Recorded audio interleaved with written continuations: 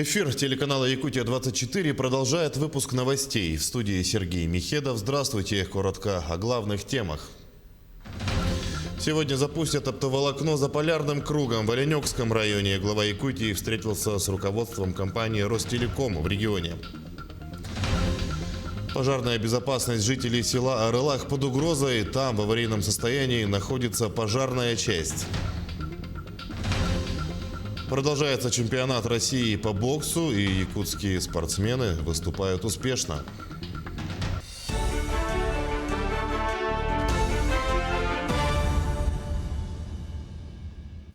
Компания «Ростелеком» подключила к оптоволокну самый отдаленный наслег Хангаласского улуса. Накануне с руководством провайдера провел встречу глава Якутии. Айсен Николаев выразил признательность компании «Ростелеком» за плодотворное сотрудничество. Сегодня состоится знаковое для нашей республики событие – запуск оптоволокна за полярным кругом в Оленёкском районе. Оттуда волс будет протянута дальше на север до села Желенда Оленёкского улуса и села Соскыла Ханабарского района. Говоря о перспективах, директор филиала «Дальний Восток» Ростелеком Александр Логинов сообщил, что компания подключила к оптоволокну самый отдаленный наслег Хангаласского улуса – село Исид. Оттуда строительство пойдет в сторону Алекминска.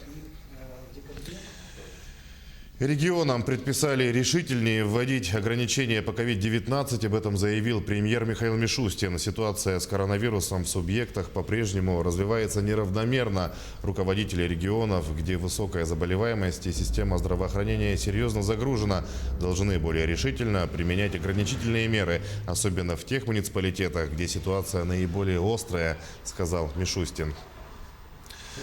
Уголовную ответственность за лесные пожары предлагают ужесточить. Разработанный МЧС законопроект предполагает повышение штрафов и увеличение срока лишения свободы. Согласно поправкам в Уголовный кодекс, ответственность будет наступать не только за уничтожение леса из-за неосторожного обращения с огнем, как сейчас, но и за нарушение требований и правил пожарной безопасности в лесах, если в результате причинен ущерб на сумму свыше 5000 рублей. Штраф за это составит от 300 до 500 тысяч. Максимальное наказание в виде лишения свободы предусмотрено на срок до 4 лет. Тем временем пожарная безопасность жителей села Арылах Мирнинского района оказалась под угрозой. Ветхое здание уже много лет не отвечает современным требованиям. Когда построят новый дом для пожарных, выясняла Марферина Алексеева. На сегодняшний день в селе Арылах действует пожарная часть, построенная в 1963 году. С тех времен в здании ни разу не производился капитальный ремонт. При этом, помимо населения, пожарная часть обеспечивает безопасность таким крупным сельхозпредприятиям, как общество «Новый», содержащее птичью ферму, и Саха-племобъединение, которое содержит около 1000 голов крупного рогатого скота. Она обеспечивает пожарную безопасность. Самый большой детско-оздоровительный лагерь в Якутии даже, по всей республике. Там 300 детей у нас и обслуживающий персонал около 200 людей. Параметры пожарной части не позволяют размещать в здании имеющуюся технику. К примеру, пожарный автомобиль «Урал» вынужден базироваться в пожарной части поселка Светлый, который находится в 103 километрах от села Арылах. В случае, если придется пригнать автомобиль, на путь уйдет около 2 часов поездки. Да и та техника, что имеется в селе, с трудом заезжает в гараж. Вот каждый год проседает фундамент, поэтому мы вынуждены были снимать мигалки, СГУ, лестницу опустить вниз и некоторые вот эти пожарные принадлежности. Углубились на сантиметров 20 в полу и сняли мигалки. Уже скоро эта пожарная часть рухнет. Единственная пожарная часть, здание государственное в районе, которое имеет деревянную крышу, старинную. На постройку нового здания пожарной части из бюджета республики и Мирнинского района выделялось 11 миллионов рублей. Но из-за неправильной проектной документации выделенные средства не были усвоены. Марферина Алексеева, Артем Алексеев, Мирнинский район. В этом году за счет средств, выделенных из бюджета Ленского района, приобретен новый высокоточный аппарат УЗИ. Он установлен в диагностическом отделении Ленской больницы. Предназначен для исследования жизненно важных органов у взрослых и детей с рождения. Стоимость аппарата более 7,5 миллионов рублей. По словам заведующего отделением лучевой диагностики, новый аппарат намного мощнее предшественника. С его появлением поставить диагноз стало гораздо проще. У него имеется прежде всего это электрический поворот самой стойки, также панели. Благодаря этой платформе специалист по УЗИ получает качественное изображение, с чем он интерпретирует картинку. Высокое разрешение, качество прежде всего. Данный аппарат, область его применения – это кардиология, акушерство, гинекология, также сосуды нижних конечностей и УЗИ сердца. Это также используется в педиатрии. В рамках второго дня международного ландарт-фестиваля «Айсмен-фест» участники обсудили реновацию микрорайона Кангаласы. Речь идет о создании суперкампуса для профтехобразования. Его строительство планируют начать в 2024 году. Кампус представит собой образовательно-производственный комплекс площадью более 60 тысяч квадратных метров, где будут обучаться около 6 тысяч студентов. 6 тысяч учащихся могут проходить обучение здесь, именно в микрорайоне Кангалас. И, конечно же, 6 тысяч человек, если здесь появляется, это за собой влечет не только технологическую начинку, да, то есть понятно, что это все будет направлено на развитие экономики республики в целом, а это за собой влечет еще и культурно-образовательную сферу. То есть здесь появится совсем другая жизнь. Жители поселка Кангаласы смогут реализовать свои возможности, развивать свою жизнь совсем другим образом. Жизнь учреждений культуры в период пандемии изменилась, но и сами они за это время стали другими, пробуют новые форматы работы, осваивают онлайн и радуются подписчикам. Сюжет из Тамбовского района. В Тамбовском районе действует 12 культурно-досуговых учреждений, которые с марта работают в дистанционном режиме. В условиях пандемии они смогли выстроить новые коммуникативные связи с посетителями через онлайн-ресурсы. Творческие конкурсы, мастер-классы, семинары – все теперь через социальные сети.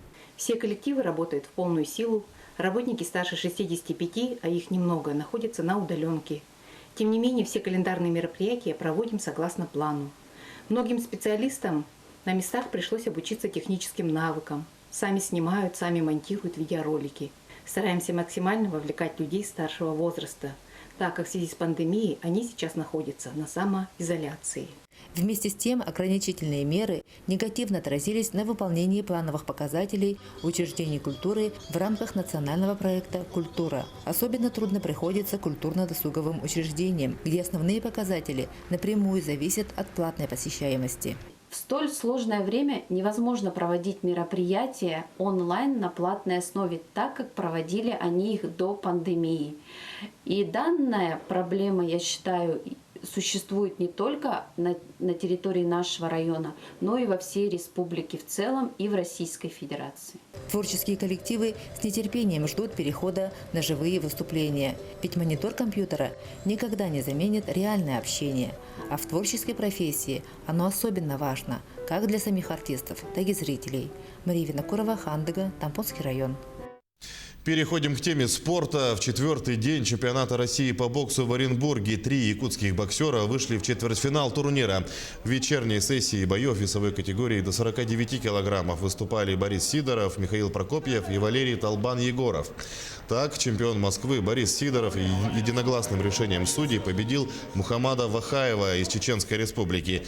Чемпион Южного федерального округа Михаил Прокопьев также по очкам выиграл Юрия Гуляева из Санкт-Петербурга. Третьему якутскому боксеру Валерию Толбану Егорову пришлось понервничать за результат поединка против дагестанца Аминтаза Бакишева. Победу спортсмену из Якутии присудили только после пересмотра результата поединка. Метание тензиана на хорей, топора на дальность, прыжки через нарты. В этих и других видах северного многоборья состязались спортсмены, приехавшие в Новый Уренгой из разных уголков страны. В течение недели юноши и девушки соперничали в сложных, но зрелищных северных дисциплинах. Подробности соревнований у наших коллег. Обычному человеку ходить по сугробам не очень удобно. Тем же, кто занимается северным многоборьем, к подобным условиям не привыкать. Юноши и девушки 14-15 лет состязаются на открытом воздухе. Так проходит российское первенство в самой младшей категории.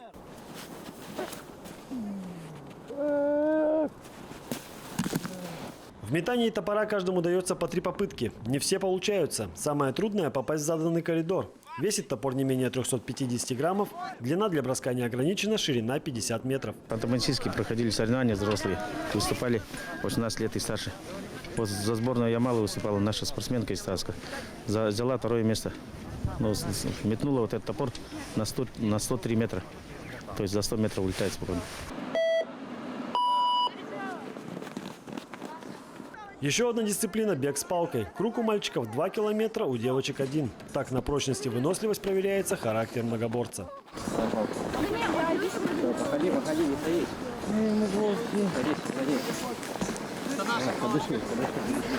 На ногах после финиша могут устоять далеко не все. Влада Синельникова из Магадана, ей 14 лет, 6 из которых спортсменка занимается северным многоборьем. Во всероссийских соревнованиях девушка пробует себя впервые. Мы готовились к этому, то есть нас учили распределять силу, примерно рассчитывать, сколько времени понадобится. Поэтому пыталась контролировать свои силы, распределять на вот этот вот круг. Чтобы быть первым, каждый участник выступает на грани своих возможностей, поэтому на всех видах состязаний дежурят медики. Тензян – это ременной аркан длиной около 30 метров. Его бросают от черты круга радиусом 15 метров, в центре которого установлен хорей – 3-метровый шест, которым погоняют оленью упряжку. Спортсмен всегда становится у черты круга именно с подветренной стороны.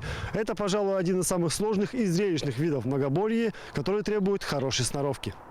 Завершающий этап – прыжки через нарты. Вот где можно проявить не только выносливость, но и силу духа. Чтобы показать наилучший результат, спортсмены прыгают в каждой из 3 попыток сотни раз.